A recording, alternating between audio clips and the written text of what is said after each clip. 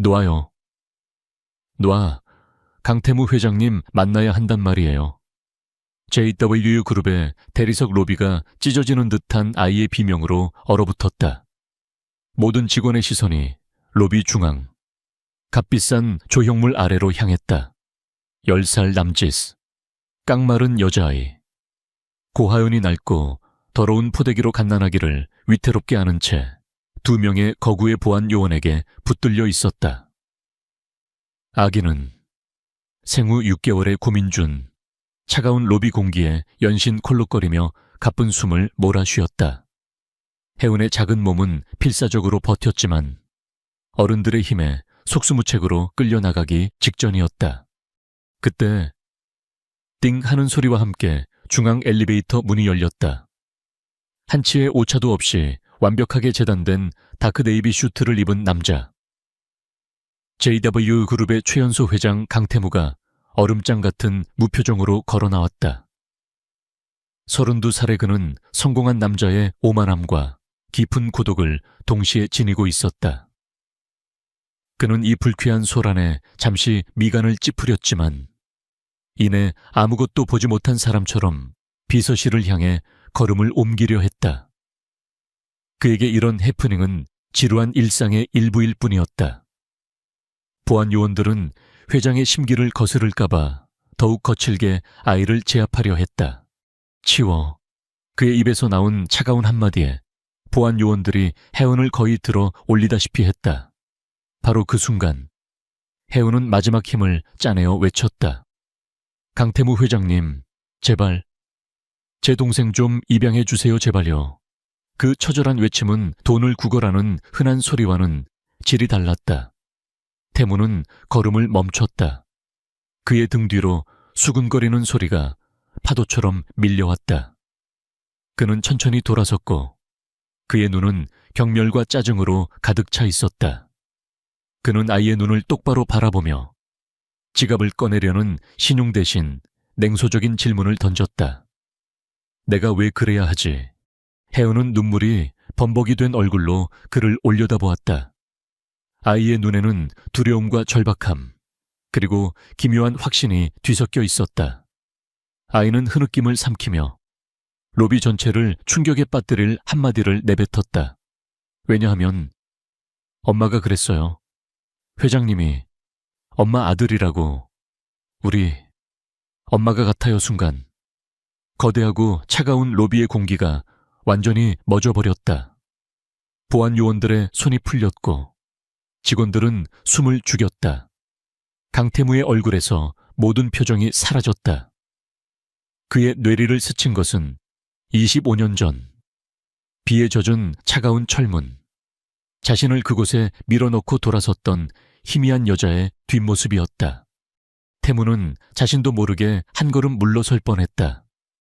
그는 입술을 깨물며 혼란을 억눌렀다. 또 다른 사기꾼인가? 그는 스스로를 다그쳤다. 이런 식으로 그의 과거를 들먹이며 돈을 뜯어내려 한 자들이 한둘이 아니었다. 그는 애써 차가운 목소리를 되찾았다. 김비서. 그의 부름에 김비서가 즉시 다가왔다. 적당히 돈 줘서 보내. 다시는 내 눈앞에 저런 것들이 얼쩡거리지 않게 해. 그는 더 이상 아이를 쳐다보지 않고 마치 더러운 것을 본 사람처럼 몸을 돌려 전용 출구로 향했다. 혜은의 절규가 그의 등 뒤를 쫓았지만 그는 멈추지 않았다. 검은색 세단 뒷좌석에 몸을 싣고 문이 닫히자 태무는 비로소 가면을 벗어던졌다. 그는 넥타이를 거칠게 풀며 깊은 숨을 내쉬었다. 다음 미팅 스케줄을 확인하려 태블릿을 들었지만 화면에는 아무것도 들어오지 않았다. 그의 귓게는 오직 그 아이의 목소리만이 맴돌았다. 우리 엄마가 같아요. 그는 차창 밖으로 스쳐 지나가는 서울의 화려한 풍경을 보며 눈을 감았다.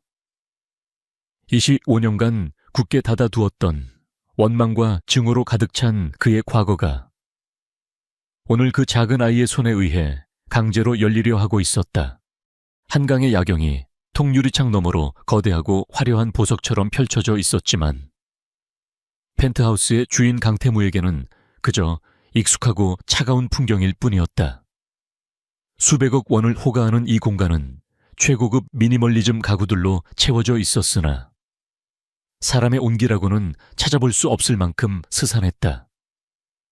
그는 중요한 인수합병 서류를 검토하려 했지만 단 한 줄도 눈에 들어오지 않았다. 10분째 같은 페이지만 넘기고 있음을 깨달은 그는 신경질적으로 태블릿을 집어 던졌다. 우리 엄마가 같아요. 어린아이의 목소리가 이명처럼 그의 뇌리를 파고들었다. 그는 최고급 크리스털 잔에 값비싼 위스키를 따랐지만 마시지 않았다. 그 대신 잔을 그대로 벽난로를 향해 던져버렸다. 날카로운 파열음이 적막한 거실을 갈랐다. 복도에서 청소하던 가사 도우미가 어깨를 흠칫 떨었지만 감히 고개조차 들지 못했다. 태무는 서재로 향했다. 거대한 추상화 뒤에 숨겨진 비밀 금고가 생체 인식을 통해 묵직한 소리를 내며 열렸다. 안에는 그의 부를 증명하는 수십 개의 고가시계, 부동산 권리증, 무기명 채권들이 즐비했다. 하지만 그의 손이 향한 곳은 그 모든 것들의 맨 뒤, 구석진 자리에 초라하게 놓인 낡은 벨벳 상자였다. 그 화려한 금고와는 전혀 어울리지 않는 물건이었다. 그는 상자를 꺼내 열었다. 그 안에는 세월의 흐름에 검게 변색된 은색 목걸이 하나가 들어있었다. 매끈한 직선으로 정확히 반이 잘린 반달 모양의 펜던트였다. 이것이 25년 전 고소연이라는 여자가 그를 고아원 앞에 버리며 남긴 유일한 흔적이었다. 그는 펜던트를 손바닥에 올려놓았다. 7살, 고아원 원장실의 차가운 공기가 기억났다. 무표정한 원장이 이 상자를 그에게 건네며 말했다. 내 이불에 쌓여있던 거다. 내 어미, 고소연이가 남긴 전부야. 그 이름. 그는 그 이름과 함께 자신을 버린 그 여자를 증오하며 살아왔다. 그는 언제나 이 반달의 직선 부분을 그저 무심한 디자인이라고 생각했다. 하지만 오늘 그 거짓골을 한 아이의 말은 그 무심한 디자인에 끔찍하고 새로운 의미를 부여했다. 설마 나머지 반쪽이 있다는 건가? 그는 심장이 차갑게 식는 것을 느꼈다. 이건 사기다. 완벽하게 계획된 사기여야만 했다. 도대체 그 아이는 어떻게 알았을까 하니 그 아이는 고소연이라는 이름은 말하지 않았다. 그냥 엄마라고 했다. 태무는 혼란 속에서 거실을 서성겼다. 그저 돈 많은 대기업 회장을 무작위로 표적 삼은 것일까 하지만 엄마의 아들이라니 너무나도 구체적이고 악의적인 접근이었다. 그는 태블릿을 다시 주워들어 로비의 보안 영상을 돌려보았다. 아이의 얼굴을 확대했다. 절박함과 두려움에 질린 얼굴. 하지만 그 눈. 그는 자신도 모르게 거울로 향했다. 자신의 날카롭고 차가운 눈매와 영상 속 아이의 처절한 눈매가 어딘지 모르게 닮아있다는 불길한 생각을 떨쳐버릴 수 없었다. 그는 즉시 보안팀장에게 전화를 걸었다. 아까 로비에서 난동 부린 그 여자아이, 사는 곳, 같이 있는 사람, 그리고 배후에 누가 있는지 당장 알아내. 낱낱이. 그의 최첨단 명령이 떨어지는 바로 그 시각. 서울의 반대편.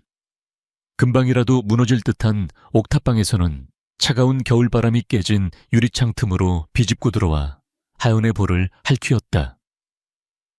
방 안은 성인 2명이 누우면 꽉 찰 정도로 비좁았고 벽은 검은 곰팡이로 뒤덮여 있었다.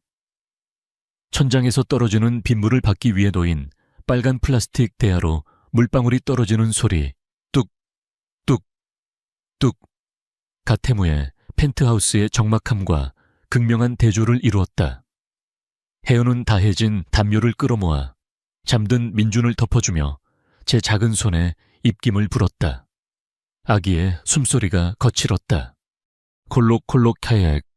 민준이 격렬한 기침과 함께 숨을 몰아쉬었다. 혜은이 황급히 아기의 이마를 만져보았다. 불덩이 같았다. 혜은은 선반에 놓인 분유통을 털어보았지만 바닥에 눌어붙은 가루 몇 점이 전부였다. 감기약이라고 적힌 약병도 텅 비어 있었다.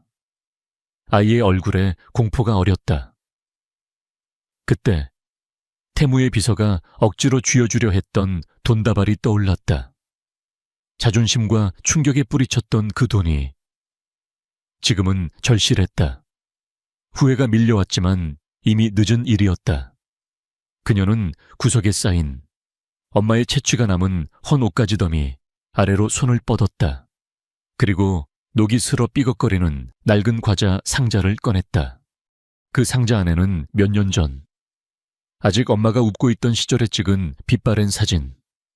몇 장, 첫 페이지만 겨우 채워진 민준의 육아수첩. 그리고 작은 천조각에 쌓인 무언가가 들어있었다. 혜은은 천조각을 풀었다. 그리고 그 순간, 일주일 전 병원의 기억이 파도처럼 밀려왔다. 소독약과 죽음의 냄새가 뒤섞인 공공병원의 다인실. 뼈만 앙상하게 남은 엄마. 서연이 침대에 누워 있었다. 그녀의 숨소리는 종이장처럼 위태로웠다. 엄마는 마지막 힘을 다해 혜은을 불렀다. 혜연아, 엄마, 시간이 없어. 고통스러운 기침이 엄마의 마른 몸을 뒤흔들었다. 그녀는 베개 밑에서 힘겹게 천에 쌓인 무언가를 꺼내 혜연의 손에 쥐어주었다. 그것은 또 하나의 반달 펜던트였다.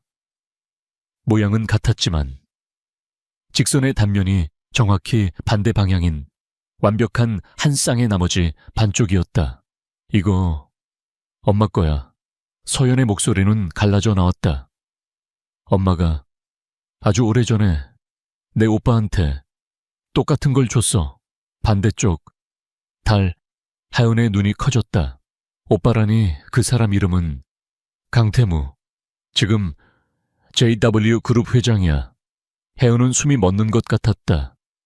텔레비전 뉴스에서 보았던 구름 위에 사는 것 같던 그 사람이 왜 오빠가 서연의 눈에서 눈물이 흘렀다. 엄마가 버렸어. 아니, 버린 게 아니야. 뺏겼어. 도망쳐야 했어. 엄마가 너무 약해서. 서연은 딸의 팔을 붙잡았다. 마지막 힘을 짜내는 그 소나기는 놀랄 만큼 강했다. 혜은아, 똑똑히 들어. 민준이가 아파. 의사 선생님이 그랬어. 이 병, 유전이라고. 엄마 병이랑 같아. 간이 굳어가고 있대. 절망이 혜은의 작은 심장을 꿰뚫었다. 내 오빠를 찾아가. 강태무, 그 사람만이 민준이를 살릴 수 있어. 핏줄이잖아. 제발 동생 좀 살려줘. 혜은아, 엄마, 용서하지 마. 대신 민준이 좀. 엄마의 손이 힘없이 떨어졌다. 그날 혜은의 세상도 함께 무너졌다. 고통스러운 기억에서 벗어난 혜은은 차가운 옥탑방에 홀로 남겨졌다. 손안의 펜던트가 오늘 만났던 그 남자의 눈빛처럼 차갑게 느껴졌다. 하지만 이것이 유일한 희망이었다. 그녀는 얕은 숨을 몰아쉬는 민준을 바라보았다. 아기의 입술이 파랗게 변하고 있었다. 이것은 더 이상 입양을 부탁하는 것이 아니었다. 이것은 생존의 문제였다. 그의 보안팀이 자신을 찾아오길 기다릴 시간이 없었다. 다시 만나야 했다. 그를 믿게 만들어야 했다. 혜은은 펜던트를 조심스럽게 제 목에 걸고 옷 속에 깊숙이 숨겼다. 민준의 뜨거운 이마에 입을 맞춘 그녀는 얇은 담요로 아기를 다시 감쌌다. 이번에는 회사로 가지 않을 것이다. 그 검은색 세단을 기억했다. 그 차가 나오는 곳에서 그를 다시 기다릴 것이다. JW그룹의 32층. 회장 집무실은 그 명성에 걸맞게 완벽한 질서와 정적을 유지하고 있었다. 하지만 그 중심에 앉은 강태무의 내면은 어제 로비에서 일어난 소동 이후 마치 폭풍 전야처럼 위태롭게 흔들리고 있었다. 평소라면 1분 1초도 낭비하지 않았을 그가 오늘은 아침부터 열린 긴급 임원 회의 내내 멍하니 창밖만 바라보고 있었다. 재무담당 부사장이 다음 분기 예상 실적을 브리핑하며 그의 안색을 살폈지만 태무의 귀에는 아무것도 들리지 않았다. 그의 머릿속은 온통 우리 엄마가 같아요라는 감히 그의 성욕을 침범한 그 어린아이의 목소리로 가득 차 있었다. 그는 숫자가 빼곡한 보고서 위에서 하연의 겁에 질린 그러나 어딘지 모르게 자신을 닮은 듯한 그 눈동자를 보고 있었다. 참다 못한 그가 보고서를 테이블 위로 거칠게 내던졌다. 이딴 걸 보고서라고 올린 겁니까? 당장 다시 해와요. 서류가 바닥에 흩뿌려졌고 임원들은 숨을 죽였다. 평소에 냉철함을 잃은 그의 모습에 회의실 공기가 얼어붙었다. 그는 회의를 중단시키고 모두를 내보냈다. 고요함이 돌아오자 태무는 인터폰을 눌러 비서실장을 호출했다. 김비서, 내 사무실로. 잠시 후 단정하고 유능한 김비서가 소리 없이 들어와 그의 앞에 섰다. 태무는 한참 동안 창밖을 바라보며 침묵을 지켰다. 김비서는 그저 주인의 명령을 기다렸다. 어제 그 아이, 태무가 마침내 입을 열었다. 그의 목소리는 여느 때처럼 차가웠지만 김비서는 그 속에 미세한 균열이 있음을 감지했다. 이름이 고할, 운이라고 했던가. 그 아이와 죽었다는 어미에 대해 알아봐. 고서연, 그 이름으로 찾아봐. 김비서는 놀란 기색을 단 1초도 내비치지 않았다. 그는 이미 회장이 이 명령을 내릴 것이라 예상하고 있었다. 알겠습니다. 어디까지 알아볼까요? 태무가 돌아섰다. 그의 눈은 다시 얼음장처럼 차가워졌다. 모든 것 어디서 태어났고, 어떻게 살았고, 어떻게 죽었는지, 그리고 그 아이의 아비가 누군지도. 이건 극비사항이야. 자네 혼자 움직이게. 김비서는 JW그룹의 그림자였다. 그는 회장의 지시가 떨어지자마자 즉시 움직였다. 고서연이라는 이름은 너무 흔했다. 하지만 최근 사망자와 고하은이라는 딸아이, 그리고 고민준이라는 갓난아기의 정보를 조합하자 수사망은 금방 좁혀졌다. 김비서는 먼저 해운과 민준이 머물고 있다는 철거 직전의 옥탑방을 찾아갔다. 그러나 그곳은 이미 텅 비어 있었다. 태무가 던진 돈을 거부하고 떠난 아이들은 흔적조차 찾을 수 없었다. 대신 방구석에 버려진 약봉지에서 고서연의 이름이 적힌 대학병원 진료 기록을 발견했다. 그는 즉시 그 병원으로 향했다. JW그룹 법무팀의 이름으로 병원 기록을 열람하는 것은 어렵지 않았다. 김비서는 차가운 형광등 아래에서 한 여자의 비극적인 생애를 읽어 내려갔다. 고서연, 향년 39세. 사인은 강영화 합병증으로 인한 급성 간부전. 그녀의 의료 기록은 빈곤과 고통의 연속이었다. 제대로 된 보험 하나 없이 임시직을 전전하며 두 아이를 키웠다. 기록에는 그녀가 몇 년 전부터 심각한 간 질환을 앓고 있었지만 치료비 때문에 병원 방문을 계속 미루었다는 담당이의 소견이 적혀 있었다. 그녀는 마지막 순간에야 거의 실신 상태로 응급실에 실려왔고 이미 손쓸 수 없는 상태였다. 그녀의 삶은 태무의 화려한 펜트하우스와는 정반대의 지점에서 처참하게 불타고 있었다. 김비서는 무거운 마음으로 서류를 넘기다 사회복지상담 기록에서 잠시 M손을 멈췄다. 환자 고서연가 극심한 죄책감을 호소함. 25년 전 첫째 아들을 어쩔 수 없이 떠나보냈으며 그 아이를 다시 찾는 것이 유일한 소원이라고 함. 아이의 이름은. 김비서는 다음 장으로 넘어가려던 손을 멈췄다. 그는 즉시 태무에게 전화를 걸었다. 회장님, 찾았습니다. 태무의 사무실. 그는 위스키 잔을 든 채로 전화를 받았다. 말해. 김비서의 목소리는 평소보다 한 톤 낮아져 있었다. 고서연 씨, 일주일 전 사망 확인됐습니다. 사인은 간부전입니다. 그리고 회장님. 김비서는 잠시 망설였다. 그녀의 병원 기록에 회장님의 성함이 언급되어 있습니다. 태무의 손에 들린 잔이 미세하게 떨렸다. 정확히 말해, 정확히는 강태무라는 이름이 아니라 태무라는 이름이었습니다. 하지만 결정적인 것이 있습니다. 김비서는 자신이 방금 확인한 사실을 보고했다. 고서연 씨의 사망 진단서에 기재된 본명, 그러니까 그녀가 개명하기 전에 원래 이름이 회장님의 공식 입양 서류에 적힌 생모의 이름과 일치합니다. 태무는 전화를 끊었다. 그는 서재의 비밀 금고를 다시 열었다. 반달 목걸이가 든 상자 밑에 그가 지난 25년간 단 한 번도 제대로 들여다보지 않았던 입양 서류 파일이 있었다. 그는 먼지 쌓인 파일을 꺼내 열었다. 생모 고서연, 그가 증오했던 이름, 그가 고아원에서 들었던 이름, 그리고 오늘 김 비서가 확인한 병원에서 죽어간 여자의 이름과 정확히 일치했다. 심장이 발밑으로 추락하는 듯했다. 우연일 수 없었다.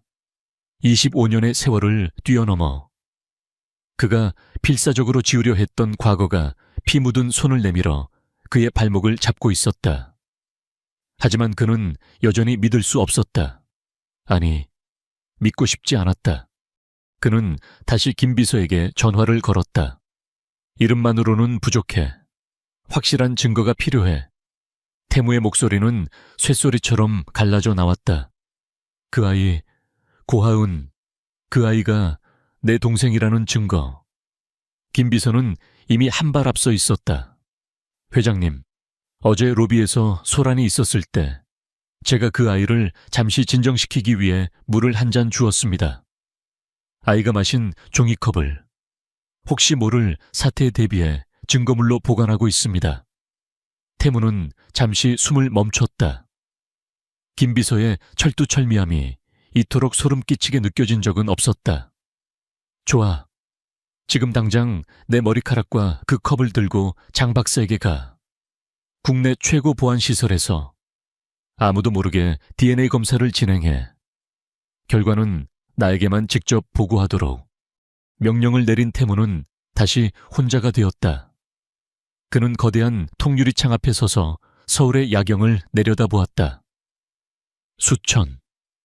수만 개의 불빛이 발 아래 있었지만 그 어느 것 하나 그에게 따뜻함을 주지 못했다. 이제 주사위는 던져졌다. 24시간 혹은 48시간 안에 결과가 나올 것이다.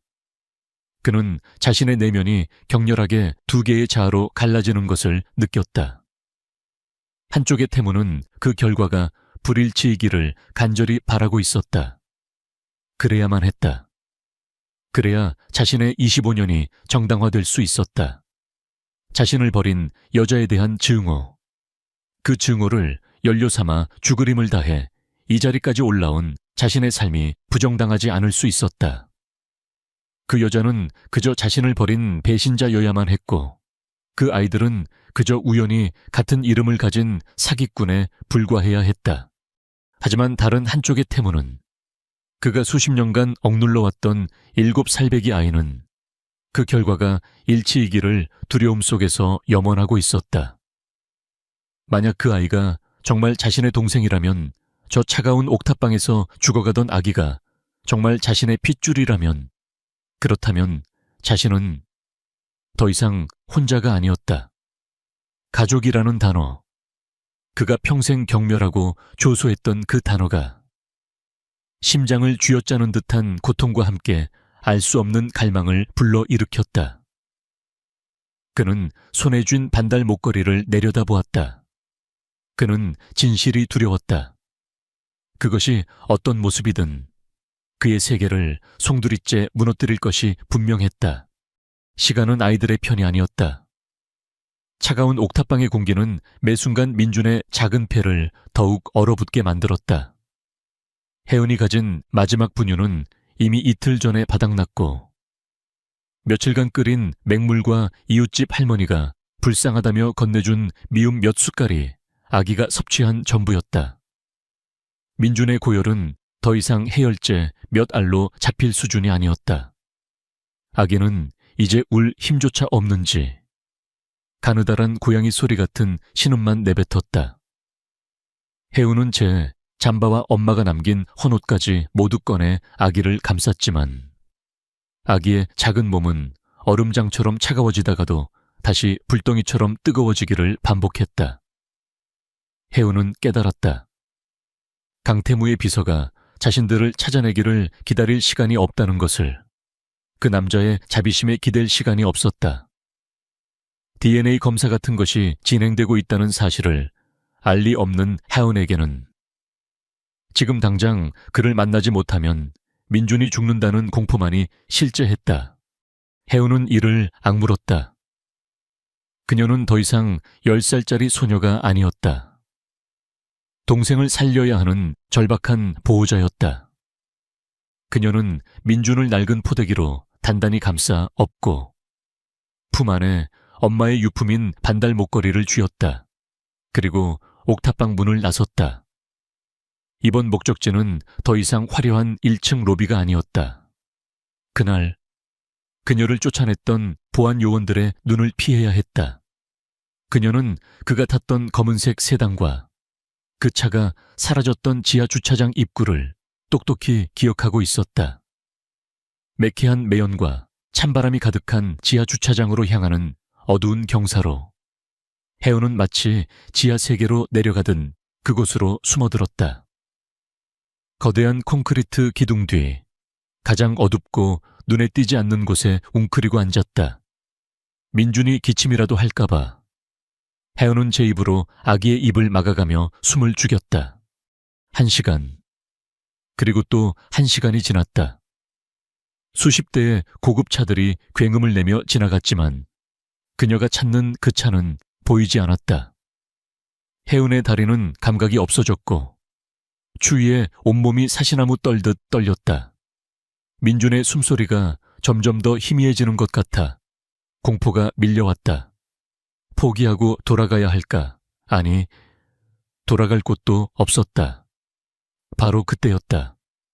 조용하지만 강력한 엔진음과 함께 칠흑처럼 검고 매끄러운 롤스로이스 한 대가 경사로를 내려왔다. 그날 본 바로 그 차였다. 차는 조금의 소음도 없이 미끄러져 회장 전용 엘리베이터 앞에 멈춰 섰다. 혜은은 심장이 터질 것 같았다. 운전기사가 먼저 내려 뒷문을 열었고 완벽한 슈트 차림의 강태무가 모습을 드러냈다. 그는 DNA 검사 결과 보고서를 손에 쥔 채 초조한 듯 넥타이를 살짝 풀며 차에서 내렸다. 회장님 혜은은 마지막 남은 용기를 짜내어 기둥 뒤에서 뛰쳐나왔다. 그녀의 목소리는 주차장의 정막을 날카롭게 갈랐다. 운전기사가 즉시 앞을 가로막았지만 태무는 그를 손짓으로 물러나게 했다. 그의 얼굴에는 어제보다 더 깊은 피로와 짜증이 서려 있었다.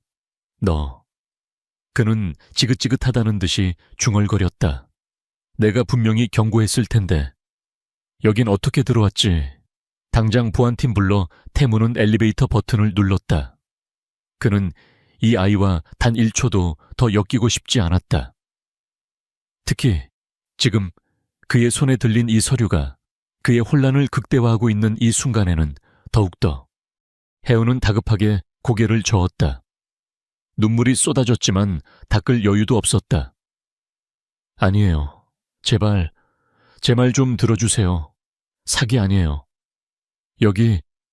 여기 증거가 있어요. 하은은 얼어붙은 작은 손으로 더듬거리며 목에 걸린 펜던트를 거칠게 잡아당겼다. 줄이 끊어질 듯 팽팽해지며 낡은 반달 펜던트가 그녀의 손바닥 위로 떨어졌다. 이거 보세요. 엄마가 돌아가시면서 주셨어요. 오빠 거라고. 회장님 거라고 했어요. 그녀는 절박하게 손을 내밀어 펜던트를 그의 눈앞에 들이밀었다. 태무는 반사적으로 뒷걸음질 쳤다. 그의 시선은 혜은이 내민 그 작은 금속 조각에 고정되었다. 시간이 멈췄다. 그의 서재 금고 안에 있는 것과 똑같은 디자인, 똑같은 크기. 하지만 완벽하게 반대쪽이었다. 그의 것은 왼쪽이 잘려나간 반달이었고 아이의 것은 오른쪽이 잘려나간 반달이었다. 두 조각을 합치면 의심할 여지 없이 완벽한 하나의 보름달이 될 터였다. 그가 지난 25년간 애써 외면했던 나머지 반쪽이 어딘가에 있을 것이라는 막연한 불안감이 지금 눈앞에서 끔찍한 현실이 되어 나타났다. 이것은 그 어떤 DNA 검사 결과보다도 더 확실하고 직관적인 증거였다. 그의 머릿속에서 무언가가 끊어지는 소리가 났다. 이것이 진실이라면 이 아이가 정말 내 동생이고 저 죽어가는 아기가 내 핏줄이라면 그렇다면 고서연, 그 여자는 나를 버리고 이 아이들과 새로운 삶을 꾸렸단 말인가. 나를 그 지옥 같은 고아원에 던져놓고 자신은 또 다른 아이를 낳으며 행복하려 했단 말인가. 25년간 억눌러왔던 배신감, 버려졌다는 고통, 지독한 원망이 한꺼번에 화산처럼 폭발했다. 그에게 이 펜던트는 재회의 증표가 아니라 자신이 완벽하게 대체되었다는 낙인이었다. 그 여자가 이걸 줬다고 그의 목소리는 분노로 낮고 거칠게 잠겨 있었다. 혜은은 그의 반응에 겁을 먹었지만 물러서지 않았다. 네, 엄마가 오빠를 꼭 찾으라고. 닥쳐 태무가 포효했다. 그의 고함 소리가 주차장 전체를 울렸다. 혜은이 공포에 질려 어깨를 움츠렸다. 감히 그 여자가 나를 버린 주제에 이제 와서 죽기 전에 너희를 나한테 떠넘기라고 시켰단 말인가. 내 돈이 필요해서 내가 이룬 이 모든 게 탐나서 그는 미친 사람처럼 웃기 시작했다. 혜은이 울부짖었다. 아니에요. 돈 때문이 아니에요. 민준이가 아파요. 죽어가요. 제발 살려주세요. 오빠라는 단어는 불에 기름을 부었다. 누가 네 오빠야. 태무는 재킷 안주머니에서 지갑을 통째로 꺼냈다. 그리고 그 안에 있던 수백만 원짜리 수표 다발과 현금 전부를 거칠게 뽑아냈다. 그는 그 돈다발을 혜은의 얼굴을 향해 그대로 집어던졌다.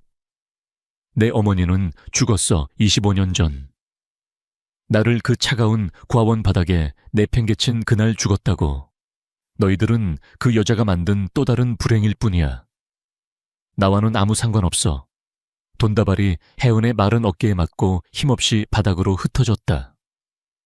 5만원권 지폐와 수표들이 더러운 주차장 바닥을 빙글었다. 이거 받고 당장 꺼져. 태무는 숨을 헐떡이며 소리쳤다. 분노가 그의 온몸을 집어삼켰다. 다시는 이딴 거짓말 같은 증거물 따위 들고 내 눈앞에 나타나지 마. 한 번만 더 내 눈에 띄면 너희들을 사기죄로 감옥에 쳐넣어 버릴 테니까. 혜은은 그 자리에 얼어붙었다. 그녀는 그가 던진 돈을 쳐다보지도 않았다. 그토록 절실했던 돈이었지만 지금은 그저 더러운 휴지 조각처럼 보였다. 그녀의 눈에 고였던 눈물이 뺨을 타고 흘러내렸다.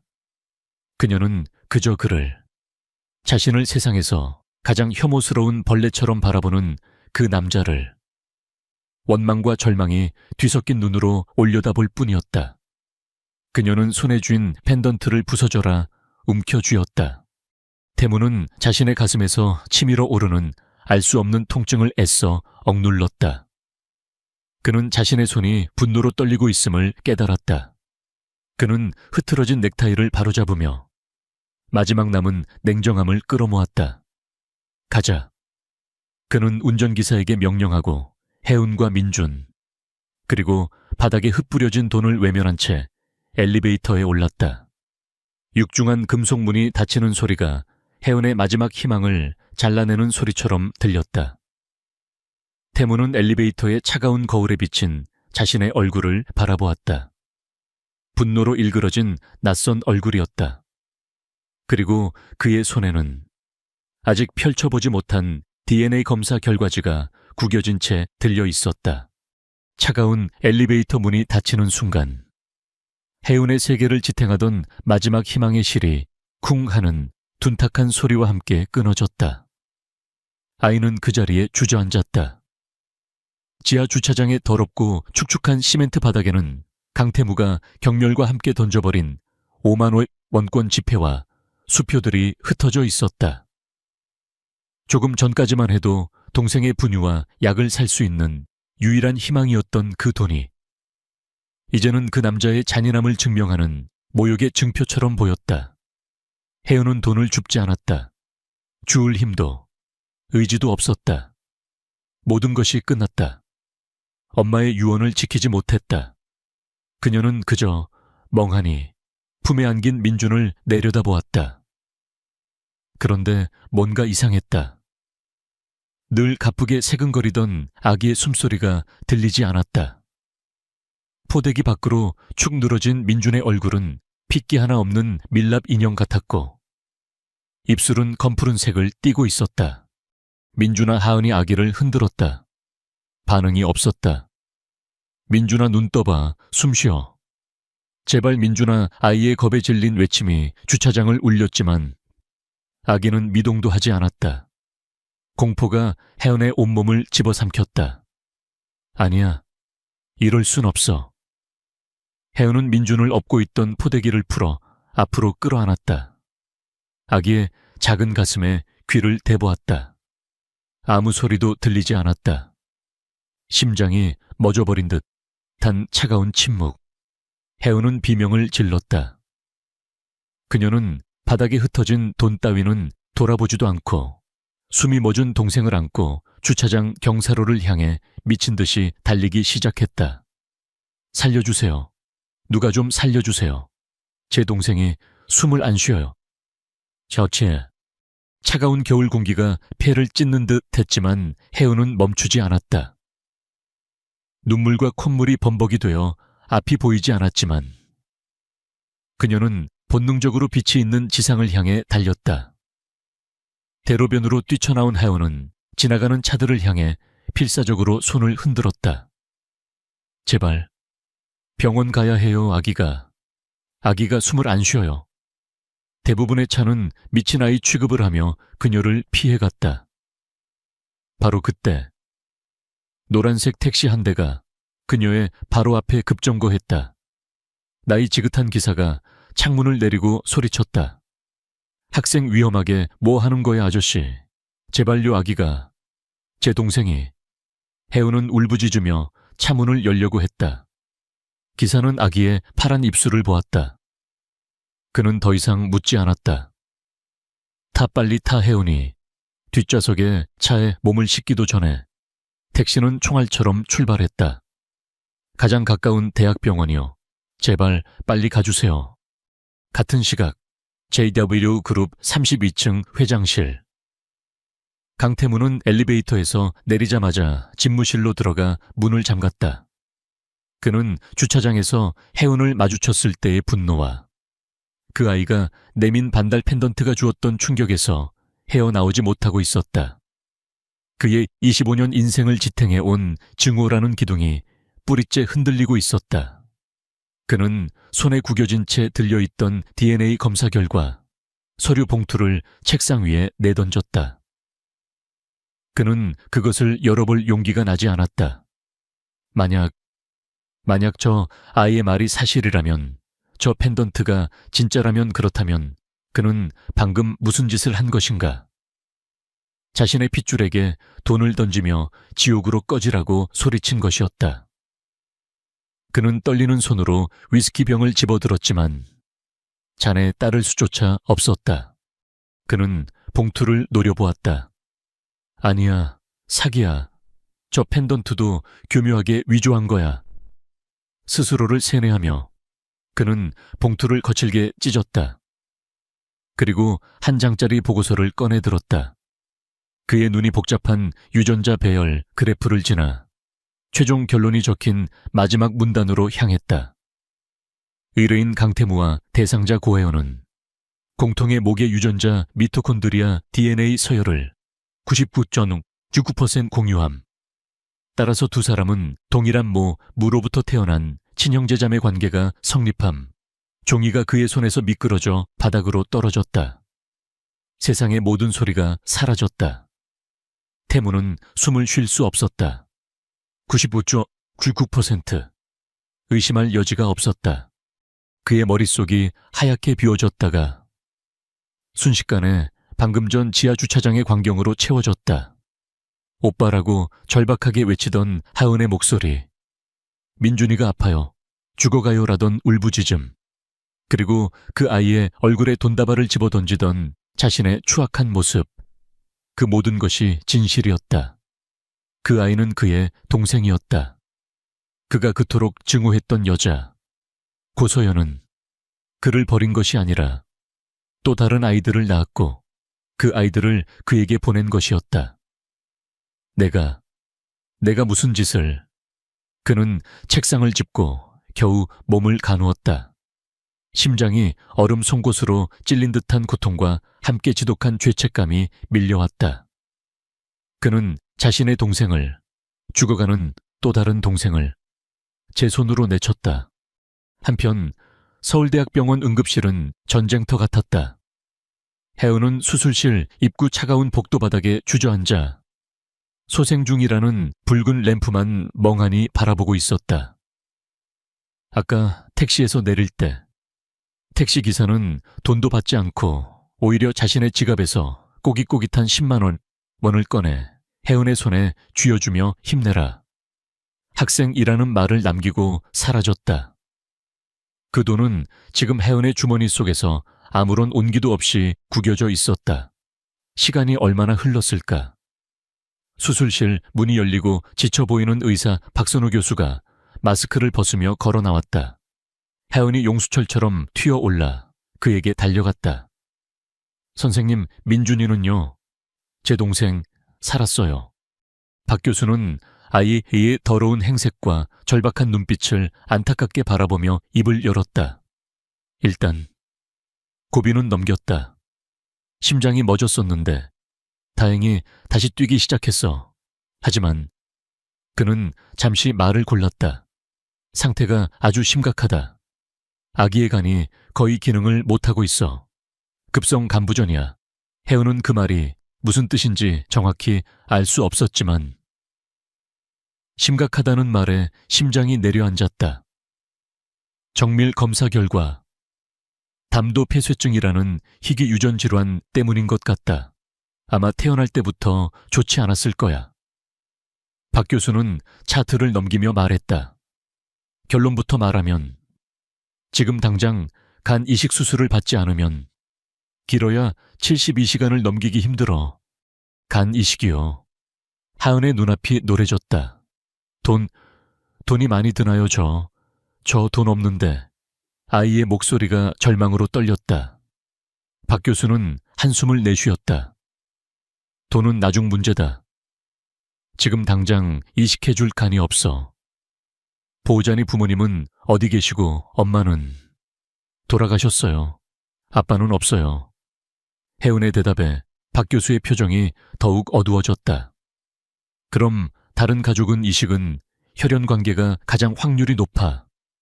삼촌이나 이모 혹은 형제자매라도. 형제자매. 그 단어가 혜은의 귀에 비수처럼 꽂혔다. 그들에게는 형제가 있었다. 방금 전 자신들을 악마처럼 내쫓은 그 남자, 강태무. 하지만 그 희망은 이미 잿더미가 되었다. 혜은은 그저 고개를 떨구고 울음을 터뜨렸다. 같은 시각 태무는 롤스로이스를 짐승처럼 몰아 그 낡은 옥탑방 동네에 도착했다. 그는 비서에게서 전송받은 주소를 따라 무너질 듯한 계단을 2칸씩 뛰어 올라갔다. 그리고 굳게 닫힌 옥탑방 문을 거칠게 걷어찼다. 해우나 고하윤, 문은 힘없이 열렸고 그의 눈앞에 펼쳐진 광경에 그는 숨이 멎었다. 차가운 겨울바람이 깨진 창문으로 몰아치는 방. 구석에는 곰팡이가 핀 벽지가 너덜거렸고 천장에서는 물이 떨어져 바닥에 대야를 채우고 있었다. 텅 빈 분유통, 때 묻은 담요 몇 장, 그리고 다 꺼진 연탄 아궁이. 이곳이 그의 동생들이 살던 곳이었다. 그가 수백억짜리 펜트하우스에서 위스키를 마시는 동안 그의 핏줄들은 이 지옥 같은 냉골에서 굶주리고 병들어 가고 있었다. 그는 무릎을 꿇었다. 바닥에 떨어진 민준의 것으로 보이는 작은 젖병을 집어들었다. 그 안에는 아무것도 없었다. 분노도, 증오도 사라진 자리에 감당할 수 없는 후회와 죄책감이 해일처럼 밀려왔다. 내가 대체... 그는 절규했다. 그때 문 밖에서 인기척을 느낀 옆방 할머니가 조심스럽게 고개를 내밀었다. 뉘신데 여기서 소라냐. 태무가 벌떡 일어나 할머니의 어깨를 붙잡았다. 여기 살던 아이, 여자아이랑 아기 어디 갔습니까? 어디 갔냐고요.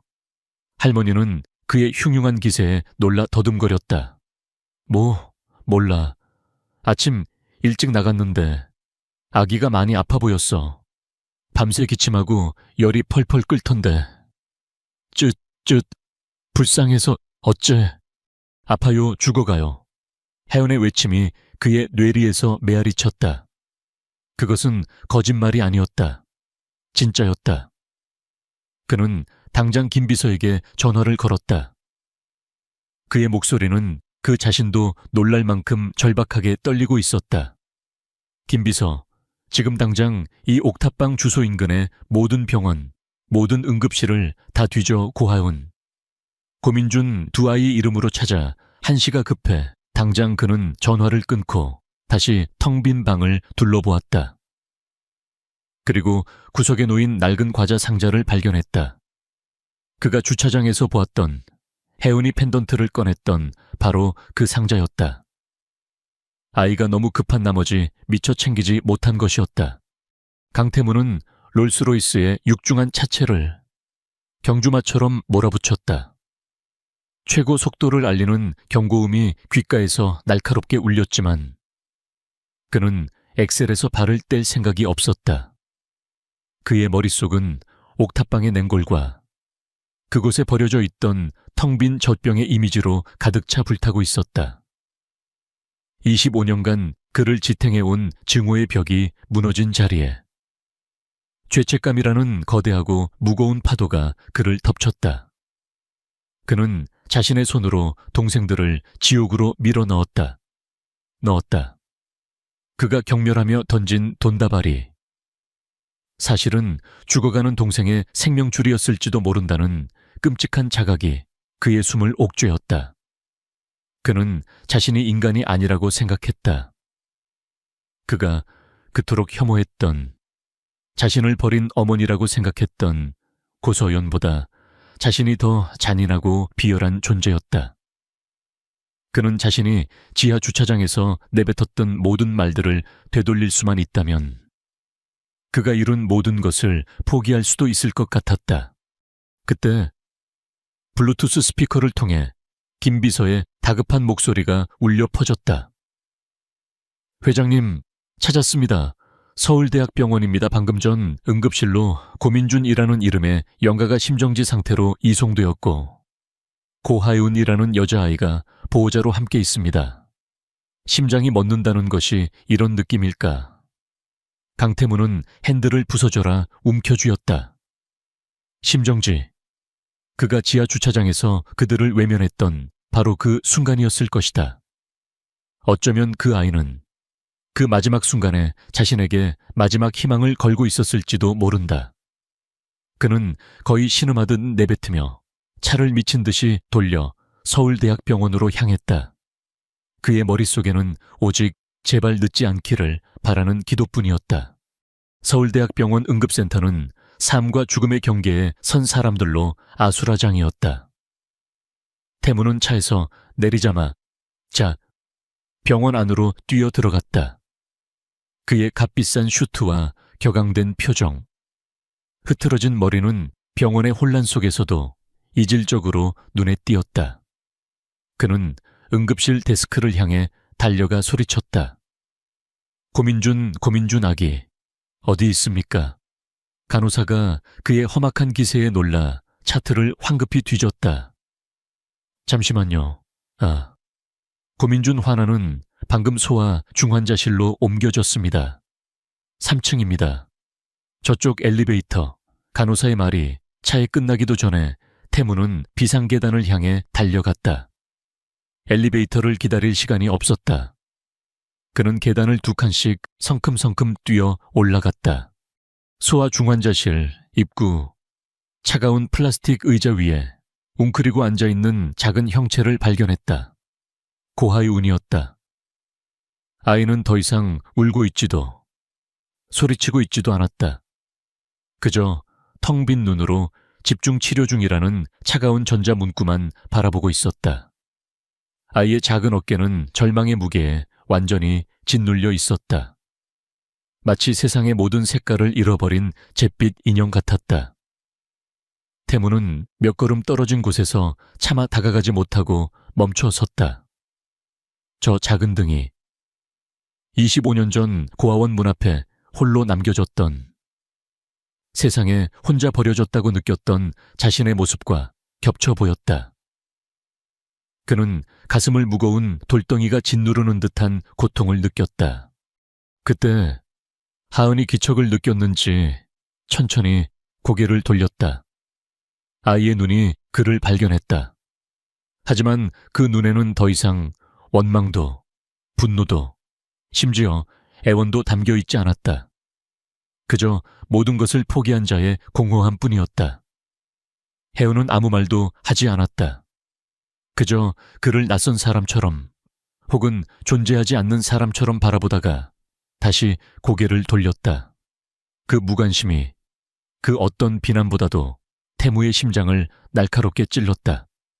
그가 아이의 희망을 완전히 죽여버린 것이었다. 바로 그때 박선우 교수가 중환자실 문을 열고 나왔다. 그는 혜은을 발견하고는 안타까운 표정으로 아이에게 다가왔다. 보호자, 꼬마 아가씨, 아직 여기 있었구나. 박 교수는 쭈그리고 앉아 혜윤과 눈을 맞췄다. 민준이 상태가 정말 안 좋아. 기계에 의지해서 겨우 숨만 붙어 있는 상태야.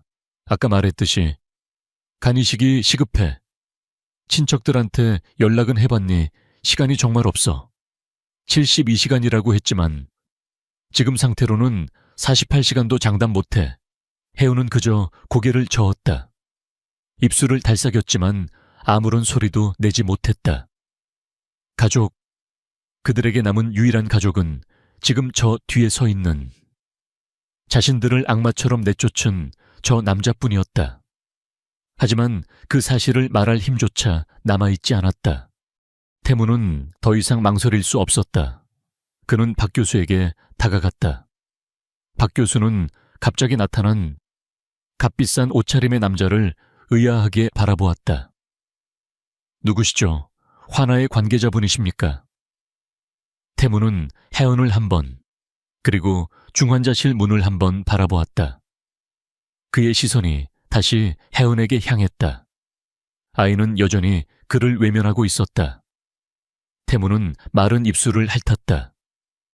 그의 심장은 평생 느껴보지 못한 두려움과 책임감으로 미친 듯이 뛰고 있었다. 그는 박 교수의 눈을 똑바로 바라보았다. 목소리는 거칠게 갈라져 나왔지만 그 어느 때보다 단호했다. 제가 하겠습니다. 박 교수는 영문을 모르겠다는 표정을 지었다. 네, 뭘 하신다는 거죠? 지금 위급한 상황입니다. 간이식, 제가 하겠습니다. 선생님은 환자와 무슨 관계시죠? 박 교수의 목소리가 날카로워졌다. 간 이식은 법적으로 가족 혹은 순수 기증자 외에는 불가능합니다. 지금은 시간이 없어서 가족 외에는. 태무는 숨을 깊게 들이마셨다. 그리고 그의 인생에서 가장 어려운 말을, 가장 고통스러운 진실을 내뱉었다. 고서연, 그가 그토록 증오했던 이름. 고서연 씨가 제 어머니입니다. 저 아이들, 하윤이와 민준이 제 동생들입니다. 그의 고백에 박 교수는 충격으로 눈을 크게 떴다. 하지만 그보다 더 놀란 것은 혜훈이었다. 아이는 마치 번개라도 맞은 것처럼 고개를 번쩍 들었다. 그녀의 텅 비었던 눈이 믿을 수 없다는 듯이 흔들렸다. 그 남자가 방금 뭐라고 했지? 어머니 동생 혜훈은 자신이 환청을 듣고 있다고 생각했다. 돈다발을 던지며 내 어머니는 죽었다고 포효하던 그 남자가 아니었던가. 태무는 더 이상 혜훈의 반응을 살필 여유가 없었다. 그는 박 교수의 팔을 붙잡았다. 그의 손에는 자신도 모르는 절박함이 실려 있었다. 시간이 없다고 하지 않았습니까? 지금 당장 저와 그 아이, 고민준의 조직 적합성 검사를 진행해 주십시오. 뼈가 됐든 피가 됐든 뭐든 다 뽑아가도 좋습니다. 제 간이 맞는지 당장 확인해 달란 말입니다. 그의 절박한 외침은 병원 복도를 울렸다. 간호사들과 지나가던 사람들이 웅성거리며 그들을 쳐다보았다. 박 교수는 베테랑 의사였다. 그는 눈앞의 남자가 진심이라는 것을, 그리고 이 상황이 막장 드라마보다 더 기구하다는 것을 즉시 깨달았다. 그는 고개를 끄덕였다. 알겠습니다. 지금 바로 혈액 샘플부터 채취하죠. 하지만 분명히 말씀드리는데 친형제간이라도 적합성 여부는 검사해봐야 합니다. 확률이 높을 뿐이지 100%는 아닙니다. 상관없습니다. 지금 당장 시작하죠. 태무는 지체 없이 셔츠 소매를 걷어붙였다. 박 교수는 간호사에게 고갯짓을 했고 간호사가 즉시 체열 도구를 들고 달려왔다. 날카로운 바늘이 태무의 굵은 팔뚝을 찔렀다. 짙고 붉은 피가 거침없이 체혈관으로 빨려 들어갔다. 태무는 그 피를 멍하니 바라보았다. 25년간 저주했던 피, 고소연에게서 물려받았다고 생각해서 혐오했던 바로 그 피가 지금은 그의 또 다른 동생을 살릴 수 있는 유일한 희망이 되었다. 그는 혜운을 바라보았다. 아이는 여전히 충격에서 벗어나지 못한 채 그와 그를 찌르는 주삿바늘을 번갈아 바라보고 있었다. 그녀의 작은 입술이 파르르 떨렸다. 왜 아이가 모기만 한 목소리로 속삭였다. 왜? 이제 와서 태무는 그 질문에 아무 대답도 할 수 없었다. 그는 그저 고개를 숙였다. 적합성 검사 결과는 지옥 같은 몇 시간이 흐른 뒤에야 나왔다. 박선우 교수는 초조하게 복도를 서성이던 강태무 앞에 굳은 표정으로 섰다. 혜은은 태무와 거리를 둔 채 벽에 기대어 그 모습을 지켜보고 있었다. 아이는 여전히 이 모든 상황이 비현실적인 악몽처럼 느껴졌다. 태무는 박 교수의 표정에서 희망을 읽어내려 애썼다. 결과가 어떻습니까? 박 교수는 차트를 넘기며 말했다. 기적이라고 밖에는 할 말이 없군요. 강태무 씨, 당신은 고민준 환아와 완벽하게 일치합니다. HLA, 조직 적합성 항원 수치가 이 정도로 정확하게 맞는 경우는 친형제 간에도 드뭅니다. 당장 수술이 가능합니다. 순간 태무는 다리에 힘이 풀려 휘청거렸다. 25년 평생 느껴본 적 없는 안도감이 그의 온몸을 휩쓸었다. 신이 있다면 그가 그토록 저주했던 그 신이 그에게 마지막 속죄의 기회를 준 것만 같았다. 하윤 역시 그 말을 알아들었다. 아이의 멍한 눈동자에 아주 희미한, 믿기지 않는다는 빛이 어렸다. 하지만 박 교수의 표정은 여전히 심각했다. 하지만 회장님, 분명히 말씀드려야 할 것이 있습니다. 그는 태무를 복도 한쪽의 상담실로 이끌었다. 이건 단순한 수술이 아닙니다. 성인의 간 일부를 떼어내어 영아에게 이식하는 것은 현존하는 외과 수술 중 가장 난도가 높은 수술에 속합니다. 박 교수는 MRI 사진을 벽에 걸었다. 민준이의 몸은 너무 작습니다. 회장님의 간 좌엽 일부를 매우 정교하게 절제해야 합니다. 성공한다면 아이는 살 수 있습니다. 하지만 기증자이신 회장님께도 엄청난 부담이 따릅니다. 이건 신체의 일부를 희생하는 겁니다. 의사는 희생이라는 단어에 힘을 주었다. 대수술입니다. 회복 기간도 길 것이고 만에 하나 발생할 수 있는 합병증의 위험도 감수하셔야 합니다. JW 그룹의 회장으로서 이 모든 위험을 감수하고 결정을 내리셔야 합니다. 태무는 의사의 경고를 묵묵히 들었다. 그의 눈은 조금의 흔들림도 없었다. 위험 합병증, 그런 것들은 그가 지하 주차장에서 그의 동생에게 저지른 짓에 비하면 아무것도 아니었다. 이것은 속죄가 아니었다. 이것은 그가 마땅히 해야 할 25년간 미뤄왔던 형으로서의 최소한의 의무였다. 그는 책상 위에 놓인 수술 동의서들을 집어들었다. 그리고 기증자 본인란에 강태무라는 세 글자를 망설임 없이 휘갈겨 썼다. 시간이 없습니다. 지금 당장 가장 빠른 시간으로 수술을 준비해 주십시오. 그의 단호함에 박 교수는 더 이상 아무 말도 하지 않고 고개를 끄덕였다. 알겠습니다. 지금 바로 수술팀을 소집하겠습니다. 회장님도 수술 전 준비를 위해 병실로 이동하셔야 합니다. 태무가 수술복으로 갈아입기 위해 1인실 특실로 막 들어섰을 때 노크 소리와 함께 김 비서가 들어왔다. 그의 얼굴에는 회장이 내린 중대 결정에 대한 충격과 우려가 서려 있었지만 그는 프로답게 자신의 감정을 숨겼다. 그의 손에는 그가 옥탑방에서 수습해 온 해운의 낡은 과자 상자가 들려 있었다. 회장님, 놓고 가셨습니다. 아이의 물건인 것 같은데 혹시 중요한 것일까 싶어 가져왔습니다. 태무는 상자를 건네받았다. 혜은이 그토록 소중하게 품고 다니던 어쩌면 엄마의 모든 것이 담겨 있을지도 모르는 상자였다. 나가 있게. 태무는 김 비서를 내보내고 문을 잠갔다. 그는 병원 침대에 걸터앉아 상자를 열었다.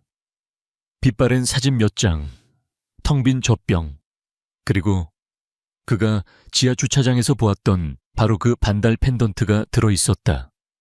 혜은이 너무 급한 나머지 떨어뜨리고 간 모양이었다. 태무는 자신의 목에 걸려있던 금괴에서 가져온 반대쪽 펜던트를 꺼냈다.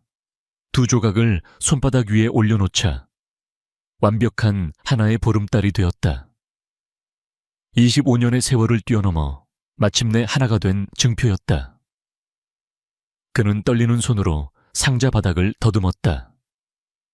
그리고 펜던트 밑에 네 겹으로 접혀 샛노랗게 변색된 편지 한 통을 발견했다. 겉에는 서툰 필체로 이렇게 적혀 있었다.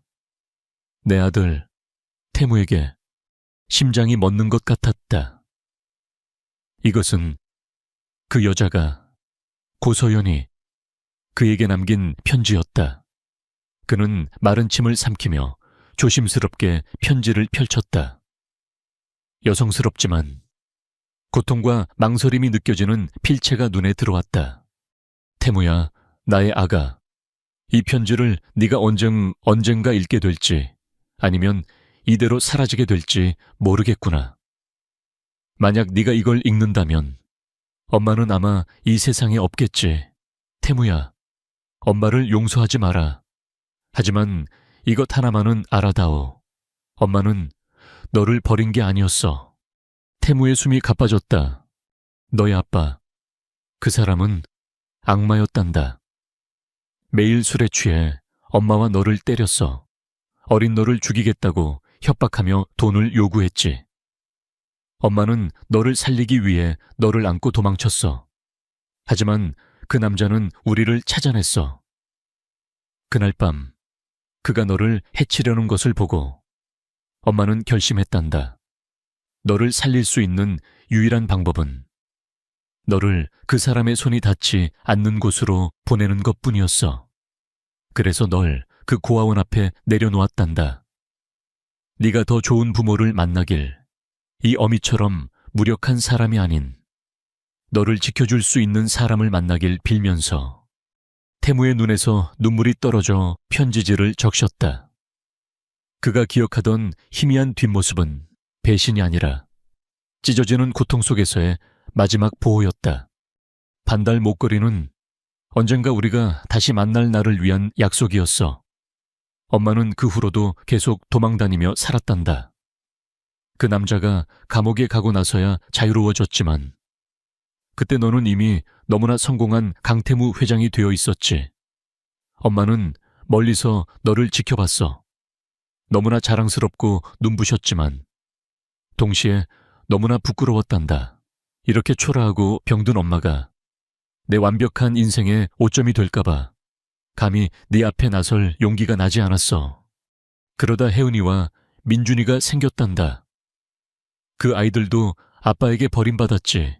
그리고 엄마는 병에 걸렸어. 민준이도 엄마와 같은 병을 물려받았단다. 간이 굳어가고 있었어.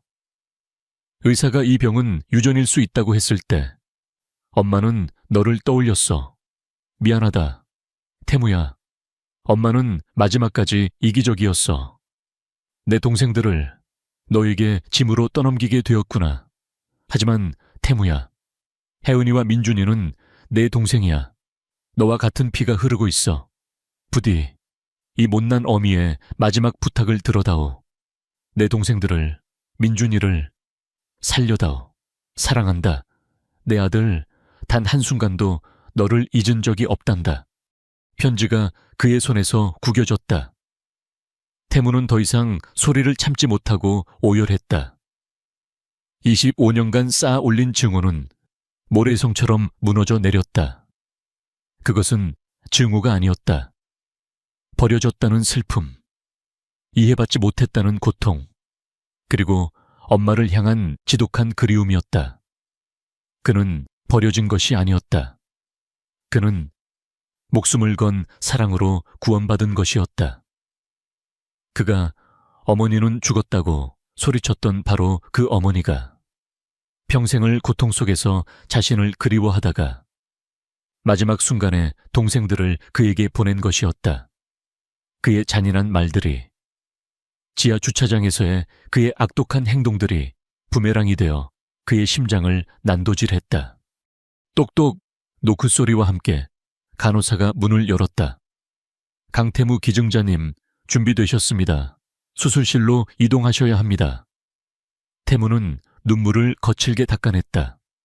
그의 눈은 붉게 충혈되었지만 더 이상 과거의 그 냉혈한 강태무의 눈이 아니었다.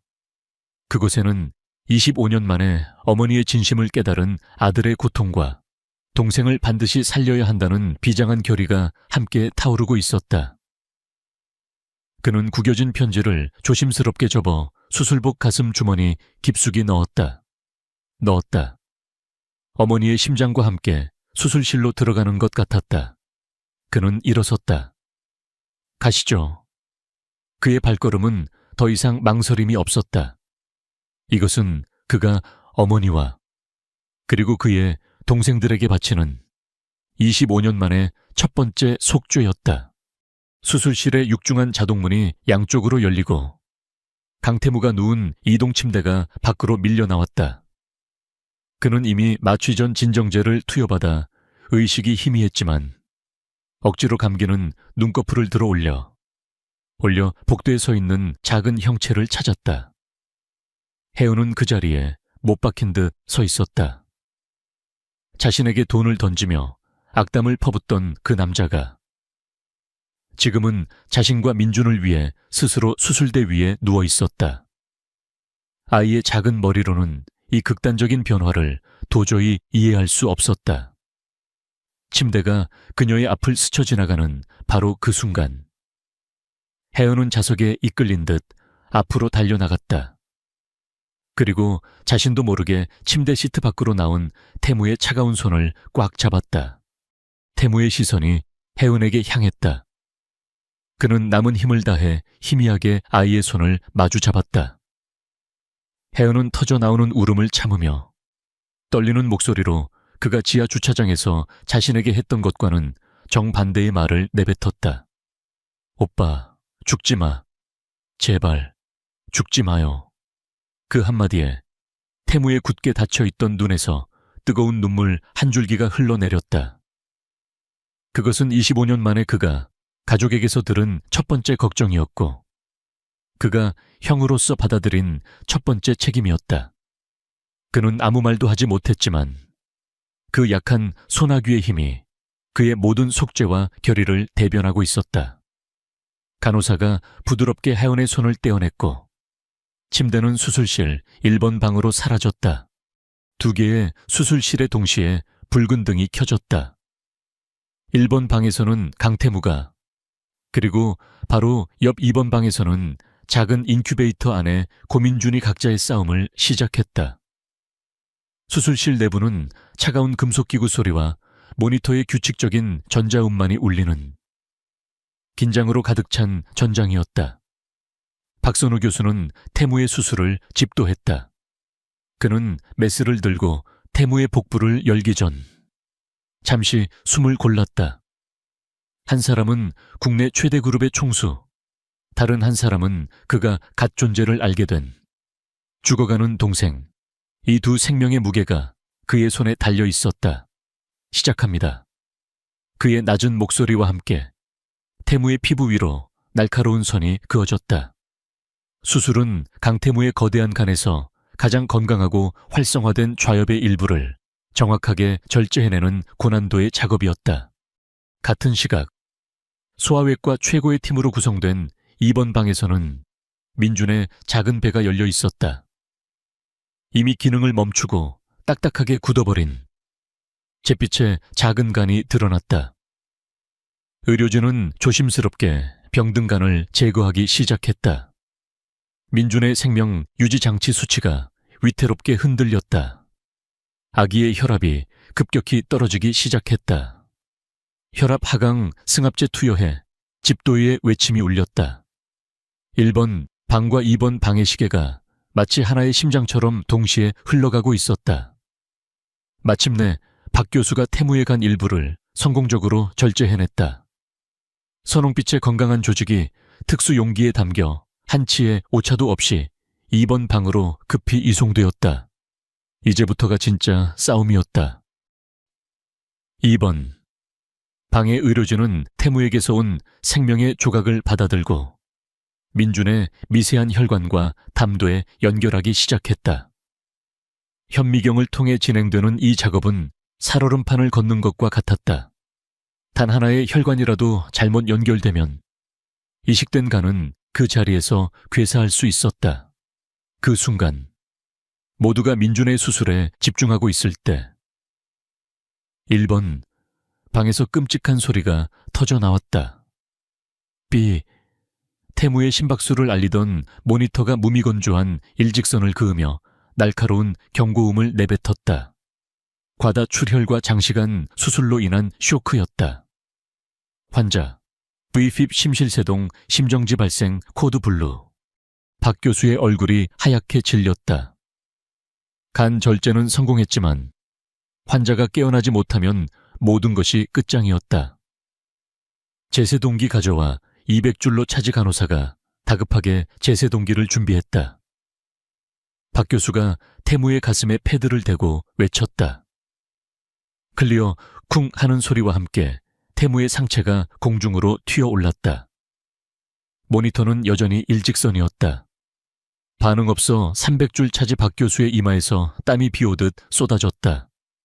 클리어, 다시 한번 태무의 몸이 격렬하게 튕겨나갔다.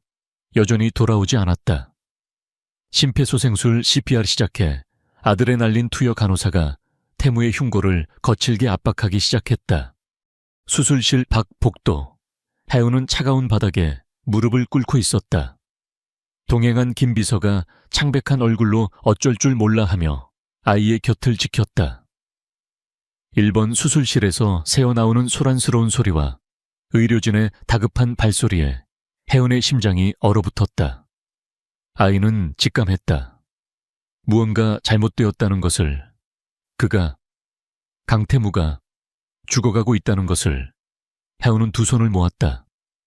오빠, 죽지 마. 라는 아까의 그 말이 이제는 절박한 기도가 되었다. 엄마가 보냈잖아요. 엄마가 오빠를 찾으라고 했잖아요. 그런데 왜 이제 와서 오빠를 데려가려고 해요? 전 이제 혼자란 말이에요. 제발 오빠를 살려주세요. 내가 잘못했어요. 그 사람 미워했던 거 다 잘못했어요. 제발 민준이도 살려주고 오빠도 살려주세요. 아이는 울음도 소리내어 울지 못하고 바닥에 이마를 대고 빌고 또 빌었다. 방금 찾은 가족을 이렇게 다시 잃을 수는 없었다. 1번 수술실. 제발. 돌아와 박 교수가 마지막으로 3줄 최대치로 차지된 제세동기를 들었다. 클리어 쿵 하고 튀어올랐던 태무의 몸이 침대 위로 떨어졌다. 몇 초간의 숨막히는 정적. 그때였다. 삐. 모니터 위의 일직선이 미약하지만 규칙적인 곡선으로 바뀌기 시작했다. 돌아왔다. 사이너스 리듬 정상, 박동혈압 잡히기 시작합니다. 박 교수는 그 자리에 주저앉을 뻔했다. 그는 거친 숨을 몰아쉬며 간호사에게 지시했다. 신속하게 봉합 시작해. 거의 동시에 2번 수술실에서도 환호성이 터져 나왔다. 이 시간에 혈류 돌기 시작합니다. 색깔이 분홍빛으로 돌아오고 있어요. 바이탈 안정적입니다. 얼마나 지났을까? 두 수술실의 붉은 등이 동시에 꺼졌다. 복도에서 거의 실신 직전이던 혜은과 김 비서가 동시에 고개를 들었다. 수술실 문이 열리고 박선우 교수가 땀과 피로 범벅이 된 얼굴로 걸어 나왔다. 그는 마스크를 벗으며 바닥에 주저앉아 있는 혜은을 바라보았다. 그의 얼굴은 극도의 피로감 속에서도 희미한 미소를 띠고 있었다. 그는 아이 앞에 쭈그리고 앉아 아이의 작은 어깨를 잡았다. 꼬마 아가씨. 혜은은 숨을 멈췄다. 둘 다. 박 교수는 깊은 숨을 내쉬었다. 둘 다 성공했다. 내 동생도 살았고 내 오빠도 살았어. 둘 다 아주 힘든 싸움을 이겨냈단다. 그 말을 끝으로 혜은의 눈앞이 하얗게 변하며 아이는 그대로 뒤로 쓰러졌다. 긴장이 한꺼번에 풀린 탓이었다. 김 비서가 황급히 아이를 부축해 안으며 그 자신도 안도의 눈물을 흘렸다. 몇 달의 시간이 흘렀다. 지독하게 차갑고 길었던 서울의 겨울이 물러가고 도시의 스카이라인 위로 따뜻한 봄 햇살이 내리쬐었다. JW 그룹의 펜트하우스. 한때는 얼음성처럼 차갑고 거대하며 적막했던 그 공간은 이제 완전히 다른 풍경을 하고 있었다.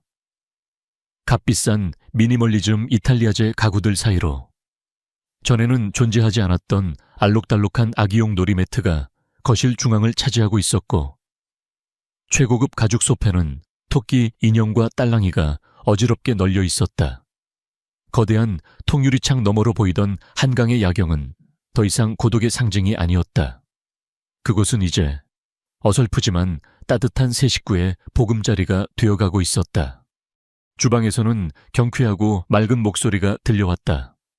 강민준, 거긴 안 돼 이리 와. 오빠 일해야 한단 말이야.